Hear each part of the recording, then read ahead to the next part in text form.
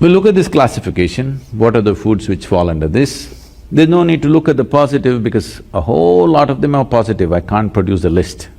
We look at the negative pranic list, it's a much shorter list, but unfortunately, it may be a list of all your favorite things too. And top of the negative pranic list is garlic.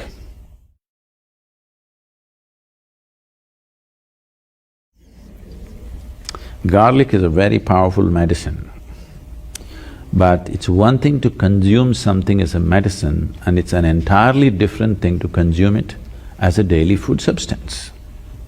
It has many, many medicinal qualities. In Ayurveda and Siddha, we use garlic in a very powerful way for specific ailments. But now your logic is, every day if I pop whatever medicine I can, I will be healthy. In Ayurveda, we say like this, every root, every leaf found on this planet has some medicinal quality. It's just that only a few we have learned how to use, others we are yet to learn how to use.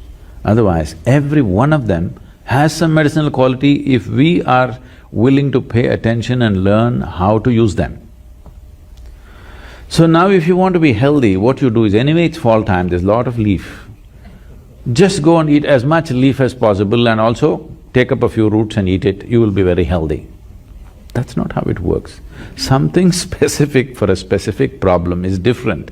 Just generally consuming medicinal substances is a different game, isn't it?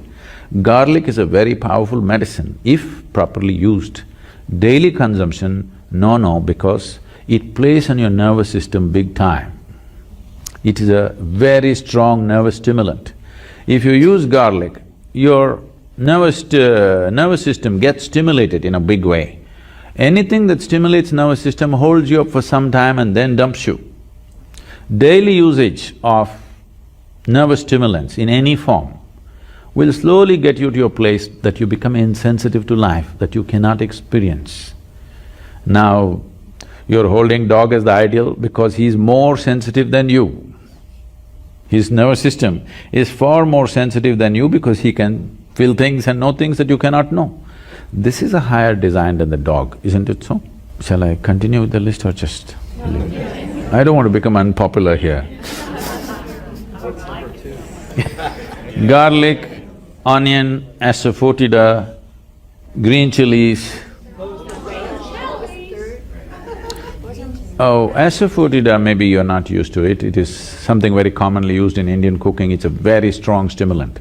Should I continue or no? Yes. Coffee, tea.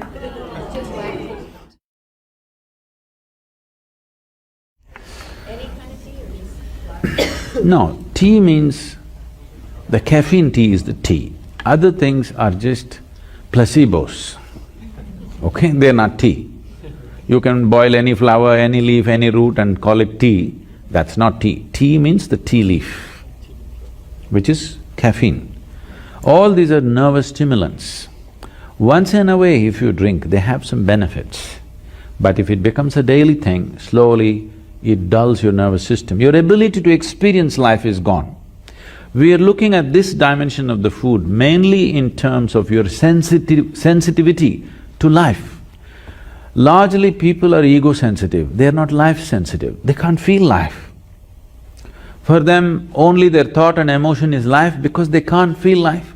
If you walk out into the forest, you can't feel the tree, that's why you call it a wood. You can't feel the creatures around you, simply because the sensitivity is gone in so many ways. One thing is just the modern life, this television, this traffic, these constant reverberations. One thing I find when I come here is, one thing that makes me get out of buildings in this country is, always something is buzzing, you know, boom, something is going. It has a very bad effect on the human system. See, we are also a kind of reverberation. There must be space to allow our reverberations to grow and spread. Now these machines have such powerful reverberation, constantly boom, something is going on. And on top of it, what we cannot hear, all these Wi-Fis and stuff, they are doing their own thing. Yes? In all this, there is no room For you to become life sensitive, to sit here and be able to experience the whole universe, takes a certain level of sensitivity. I'm talking about nervous stimulants in that context. You are lowering the possibility of experiencing life.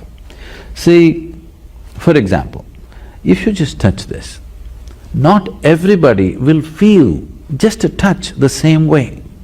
Do you know this? It depends on how sensitive your system is. If you feel this, you can know many things if you're willing. So I'm not a coffee hater, all right? But what I'm saying is, a cup of coffee should not determine the quality of your life. By choice, you drink today, tomorrow you walk away, it's fine. If it's a compulsion, if I don't drink my coffee, my day is ruined, then you have to do something about it. Yes? I'm only talking about this. The only parameter is, are you moving towards freedom or are you getting enslaved in some way? With a cup of liquid, you shouldn't get enslaved. Yes? With just about anything, you're getting tangled up. I'm saying do everything by choice, then there's no problem. If you do it by choice, you know when to start, when to stop, isn't it? If you do it by compulsion, what you start, you cannot stop. This is the whole problem. It's not like you become a fanatic, I don't eat this, I don't eat that, I eat this, I don't eat that. Don't become a food fanatic. It's just that eat by choice. Every meal must be by choice. Not that you've decided, this is what you will eat and this is what you will not eat. Don't make food into religion, it is not. It is a choice. And the choice should be according to the needs of the body, not according to social needs, not according to cultural needs, according to the needs of this body, isn't it?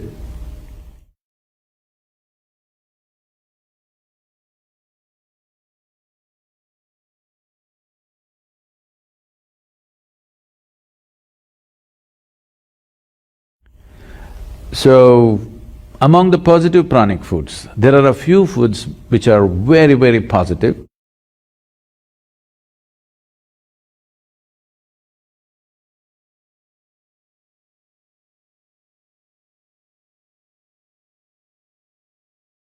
On top of the list is what is called as an ash god. I think here they call it a winter melon. It is not of the same potency as we find in India. The Indian ash god is like phenomenal. Ash god is very positive, black pepper is very positive.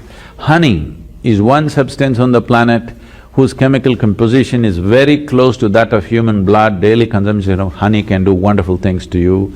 And honey is an extremely good thing to eat, especially if you have children at home. Make honey culture part of your thing. Psychological stability,